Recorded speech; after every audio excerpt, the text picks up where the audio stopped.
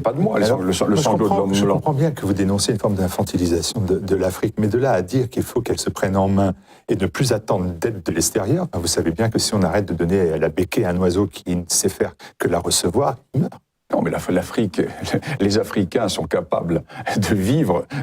Les Africains, à travers le temps, à travers l'histoire, ont montré qu'ils avaient traversé diverses épreuves. Le problème, c'est que nous avons imposé un mode de développement à l'Afrique.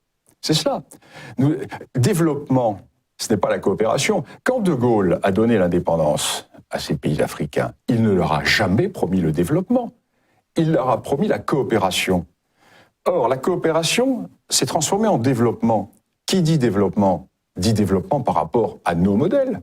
Alors, pendant un certain temps, certains pays, les pays soviétiques, ont voulu proposer les modèles de type socialiste, pendant que nous proposions les modèles de type libéral. Tous ont échoué. Le drame, c'est que tous ces modèles plaqués sur l'Afrique sont des modèles qui sont des modèles étrangers à l'Afrique. Pourquoi ? Car ce sont des modèles qui reposent sur des expériences individualistes. Or, l'Afrique, les Afriques, sont des partis communautaires. Vous ne pouvez pas greffer des prunes sur un palmier, même si vous mettez 3 tonnes d'engrais. Le porte-greffe, ça ne fonctionne pas. Les Africains ne sont pas des Européens pauvres à la peau noire. Ils ont leur civilisation, ils ont leur façon de penser. Et ce qui est traumatisant pour l'Afrique, c'est de vouloir les considérer précisément comme des Européens pauvres à la peau noire. Alors, tous les modèles qui ont marché, entre guillemets, chez nous, doivent leur être appliqués.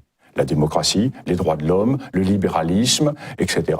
Eh bien, on va à l'échec. Car le problème de l'Afrique, c'est cela. C'est pas l'économie, ce n'est pas le manque de développement, c'est un problème d'ordre psychologique, sociologique, culturel et surtout un modèle d'arrogance intellectuelle que nous avons avec notre européocentrisme, né dans ce petit cap de l'Europe qui représente géographiquement le 20e de la planète ou le 30e de la planète, peuplé par le 10e de la planète et qui prétend vouloir donner des leçons au monde entier, aussi bien à Poutine qu'aux Chinois qu'aux Africains. Eh bien non. Alors, est-ce qu'il n'y a pas une contradiction quand même dans votre ouvrage ?